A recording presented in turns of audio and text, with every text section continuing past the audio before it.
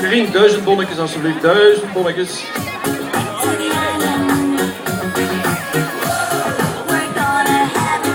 En dan komt hij, nummer 7,5 boven, hè?